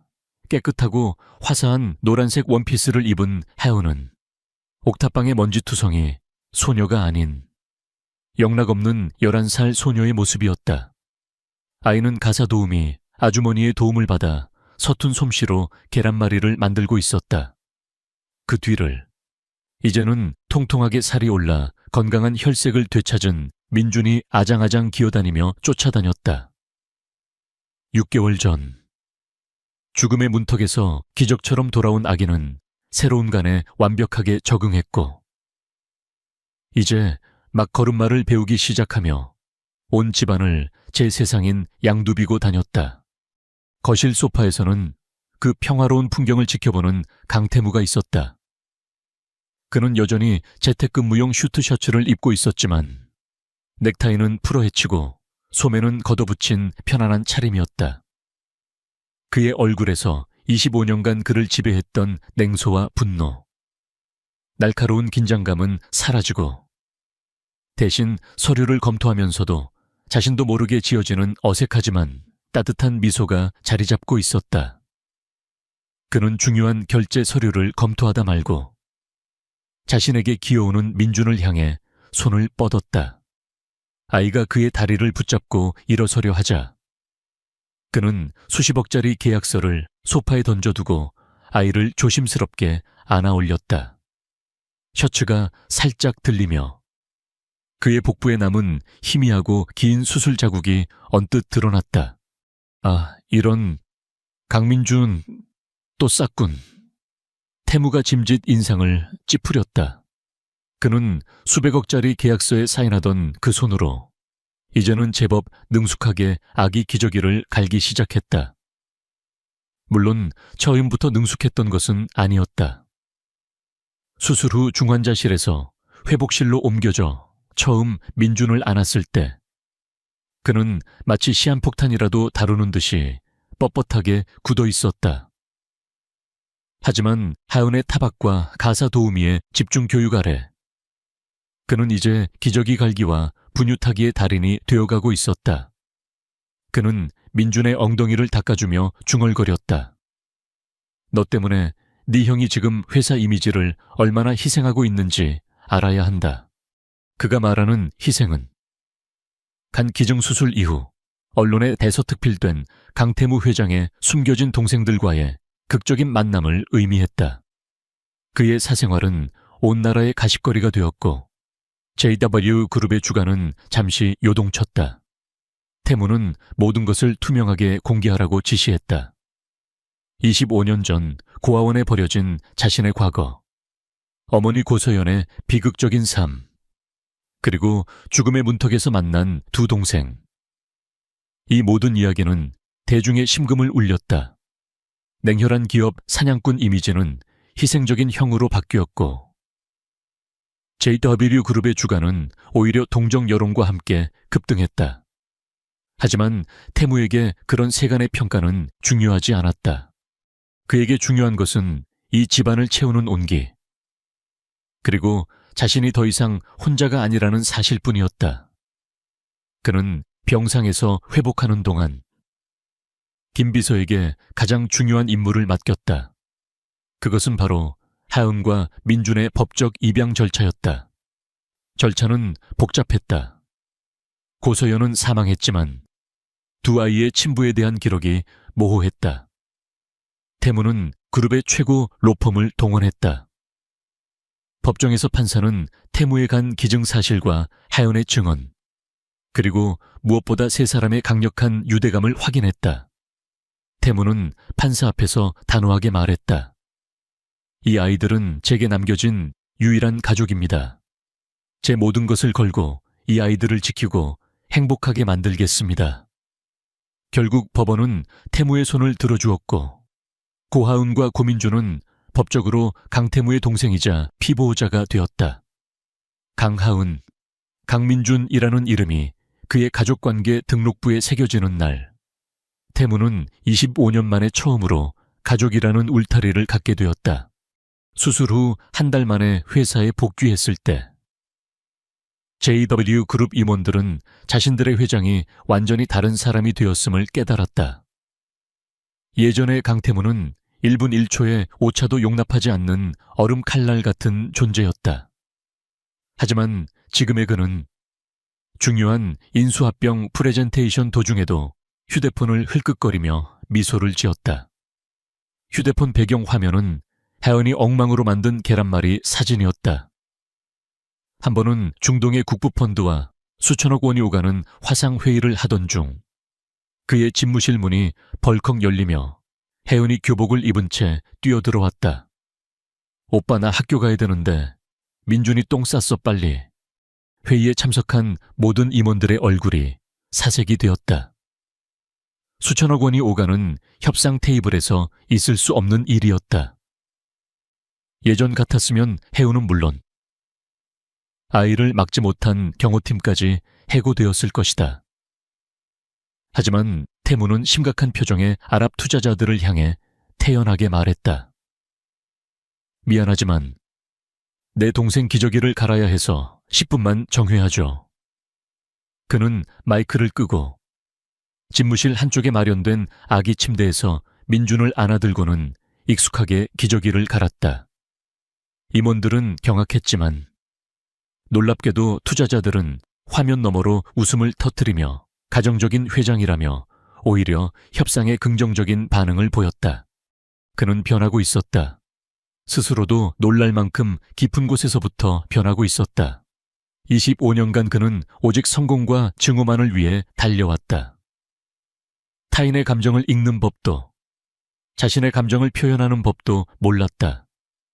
하지만 이제 그는 혜은의 서툰 농담에 웃는 법을, 민준의 작은 손가락을 잡고 위안을 얻는 법을 배우고 있었다.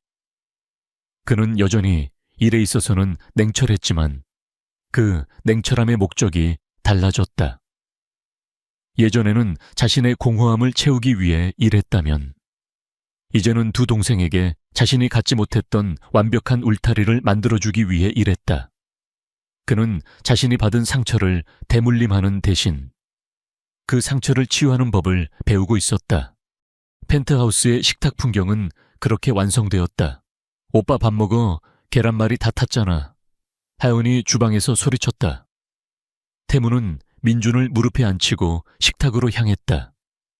식탁에는 그가 평생 먹어본 적 없는 조금은 타고 모양이 엉성한 계란말이와 김이 모락모락 나는 쌀밥이 놓여 있었다. 펜트하우스의 전속 셰프가 만든 최고급 요리보다 훨씬 따뜻한 식사였다. 이게 뭐야? 너 요리 학원 보낸 보람이 없잖아. 태무가 짐짓 핀잔을 주었다. 혜은이 입을 삐죽 내밀었다. 뭐 이게 얼마나 맛있는데. 오빠는 굶어봐야 정신을 차리지. 옥탑방에서 물만 마실 때 생각 안 나. 그 말에 태무의 표정이 잠시 굳었다. 옥탑방. 그 단어는 여전히 그의 가슴에 박힌 죄책감의 가시였다. 혜은은 자신이 실언했음을 깨닫고 시선을 피했다. 그때 태무가 먼저 입을 열었다. 그래, 그때 생각하면 이건 진수성찬이지. 그는 엉성한 계란말이 한 조각을 집어 입에 넣었다. 맛있네. 그 한마디에 혜은의 얼굴이 환하게 밝아졌다. 그들은 과거의 상처를 억지로 숨기거나 외면하지 않았다. 대신 함께 아파하고 함께 기억하며 서서히 치유해 나가고 있었다. 그들은 진정한 가족이 되어가고 있었다. 하지만 그날 밤 태무는 잠든 하은의 방에서 작은 흐느낌을 들었다. 그는 조용히 문을 열고 들어갔다. 혜은이 식은땀을 흘리며 웅크리고 있었다. 추워. 민준아. 숨 쉬어. 제발. 아이는 지하 주차장에서의 악몽 혹은 옥탑방에서의 절망을 꾸고 있었다. 상처는 그렇게 쉽게 아물지 않았다. 태무는 조용히 아이의 침대 곁에 앉아 아이의 등을 가만히 토닥여 주었다. 그의 손길은 여전히 서툴렀지만 그 어떤 위로보다 따뜻했다. 혜은이 흠칫 놀라며 잠에서 깼다. 어둠 속에서 태무의 실루엣을 본 아이는 잠시 겁에 질렸다가 이내 그가 오빠임을 깨닫고 와락 그의 품에 안겼다. 오빠, 무서웠어. 태무는 아이의 작은 등을 쓸어내렸다. 괜찮아. 혜은아, 이제 괜찮아. 그는 아이가 다시 잠들 때까지 그 자리를 지켰다. 이제 아무도 너희를 춥게 만들지 않아. 오빠가 있잖아. 오빠가 꼭 지켜줄게. 그는 자신을 버렸다고 원망했던 어머니가 사실은 자신을 지켰던 것처럼 이제 자신이 그들을 지킬 차례임을 깨달았다. 혜은이 그의 품에서 겨우 진정했을 때 아이가 작은 목소리로 물었다. 오빠, 그날 지하 주차장에서 오빠가 우리한테 돈 던졌을 때 말이야. 태무의 몸이 굳었다. 그때 오빠는 우리가 진짜 동생인 거 몰랐어. 혜은의 질문은 비난이 아니었다. 그저 순수한 궁금증이었다. 그날 이후로 둘 사이에 암묵적으로 금기시되었던 질문이었다. 태무는 아이의 눈을 피하지 않았다. 그는 진실을 말해야 했다. 이 상처를 완전히 치유하기 위해서. 아니, 알았어. 혜은의 눈이 커졌다. 태무는 고통스러운 표정으로 말을 이었다. DNA 검사 결과지를 손에 들고 있었어. 네가 내 동생이라는 걸 알면서도 그랬어. 혜은은 숨을 삼켰다. 태무는 말을 이었다. 오빠가 미안하다. 25년 동안 엄마를 원망했어. 나를 버렸다고 생각했거든. 그래서 너희가 나타났을 때 엄마가 나를 버리고 새로 만든 행복의 증거라고 생각했어. 그래서 질투가 났어. 너무 미워서 너희에게 상처를 줬어. 용서해달라고 말할 자격도 없어. 그냥 평생 미안해하며 살게. 그의 고백에 혜은은 아무 말도 하지 않았다. 아이는 그저 작은 팔을 뻗어 자신보다 훨씬 큰 오빠의 목을 안아주었다. 괜찮아. 오빠도 아팠잖아. 나도 엄마가 미웠을 때 있었어. 근데 이제 괜찮아. 우린 가족이잖아. 그렇게 서로의 가장 깊은 상처를 정면으로 마주하고 보듬고 나서야 그들은 비로소 과거에서 벗어날 수 있었다. 며칠 뒤 완연한 봄 날씨의 주말 오후 태무가 아이들을 차에 태웠다. 오늘은 우리 엄마 만나러 가자. 혜은은 어디 가는지 묻지 않았지만 태무가 검은색 정장을 입고 조수석에 흰 국화꽃 다발을 놓는 것을 보고 목적지를 짐작할 수 있었다.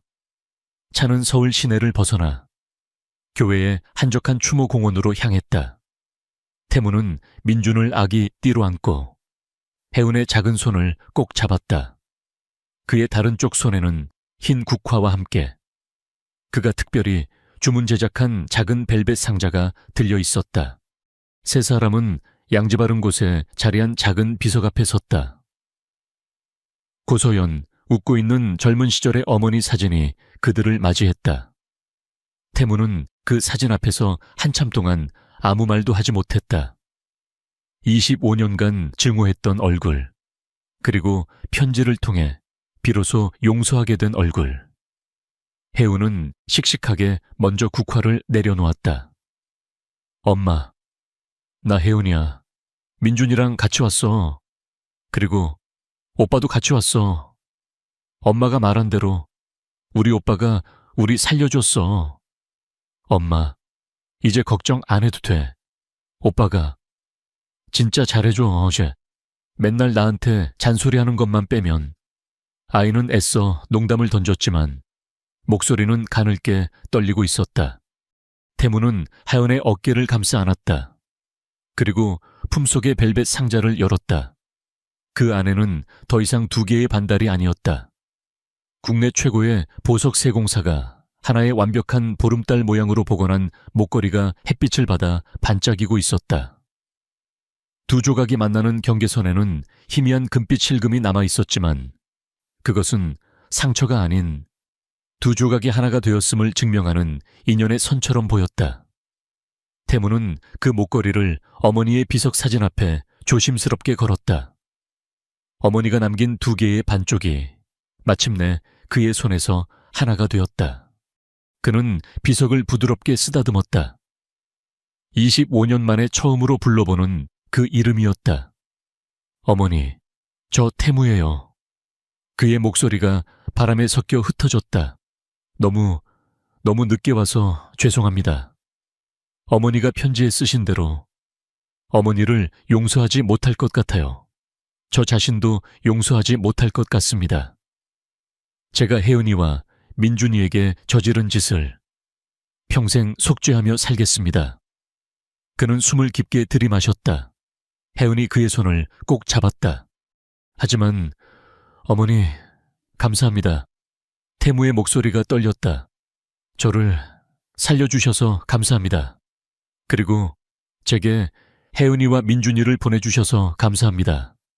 제가 평생 이 아이들 지킬게요. 하늘에서 부디 편히 쉬세요.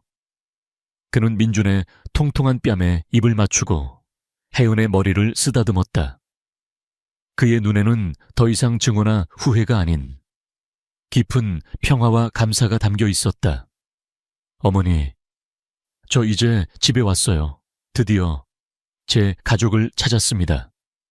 세 사람은 한참 동안 그 자리에 서서 그들을 비추는 따뜻한 봄 햇살 속에서 서로의 온기를 나누었다. 그들은 이제 상처받은 조각들이 아닌 하나의 완전한 가족이었다. 그로부터 다시 1년이라는 시간이 흘렀다. 계절이 한 바퀴 돌아 다시 따뜻한 봄의 기운이 펜트하우스의 넓은 창을 가득 채웠다.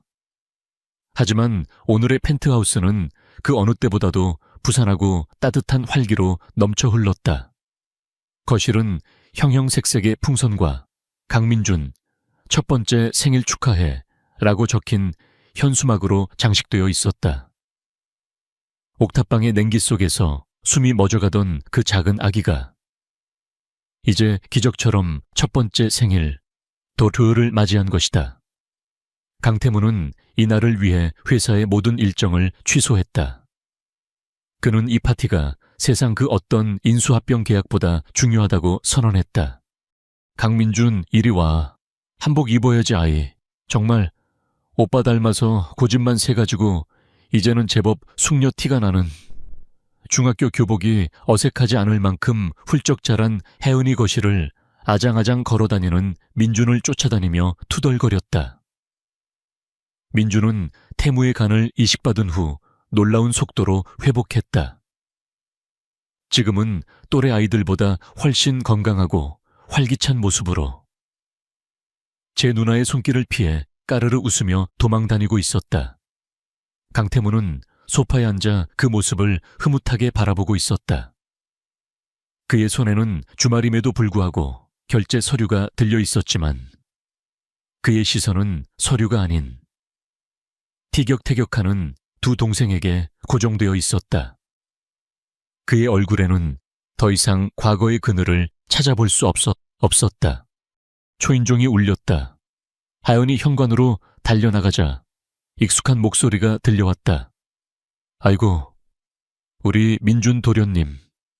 생일 축하합니다. 김비서가 자신의 몸집만 한 거대한 곰인형을 들고 쩔쩔매며 들어섰다. 그의 뒤를 이어 이제는 주치의가 아닌 가족의 친구가 된 박선우 교수가 웃으며 들어섰다. 그의 손에는 돌잡이 용품인 청증이 장난감이 들려 있었다. 민준아, 의사 될 거지, 삼촌처럼 말이야. 파티는 거창하지 않았다. 화려한 손님이나 언론은 없었다. 오직 네 사람. 태무와 하운, 민준, 그리고 그들의 가장 힘든 순간을 함께 지켜봐준 김비서와 박 교수뿐이었다. 하지만 그 어떤 성대한 연회보다도 진실한 축하와 온기가 넘쳤다. 혜은은 자신이 직접 만든 모양은 조금 삐뚤빼뚤하지만 정성이 가득 담긴 잡채와 미역국을 식탁에 올렸다.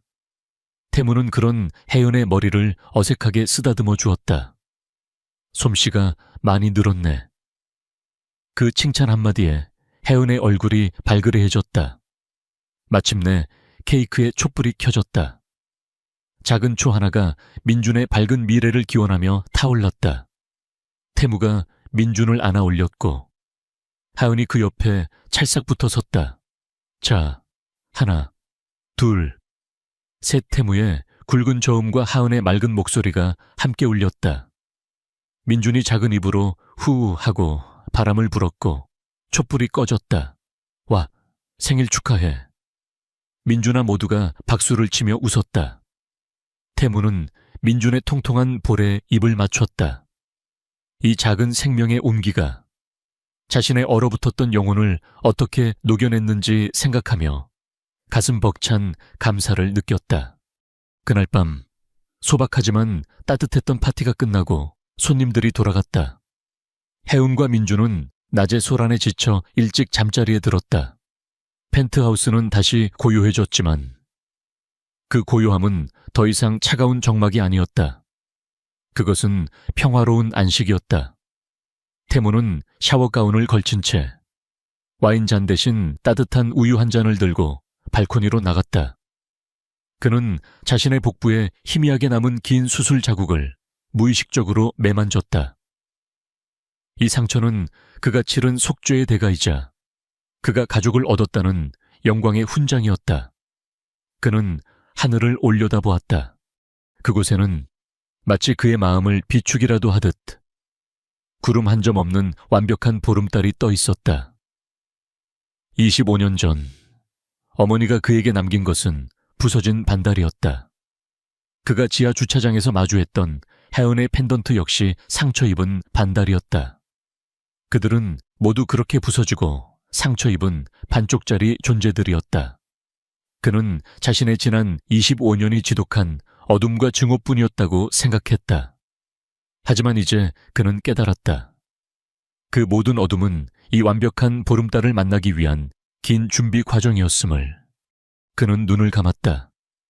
어머니가 편지지에 남긴 애끓는 고백이, 혜은이 수술실 앞에서 울부짖던 오빠, 죽지마 라는 절박한 외침이, 그리고 인큐베이터 안에서 가쁘게 숨을 몰아쉬던 민준의 작은 생명력이 파도처럼 밀려왔다. 그들이야말로 자신을 구원한 존재들이었다.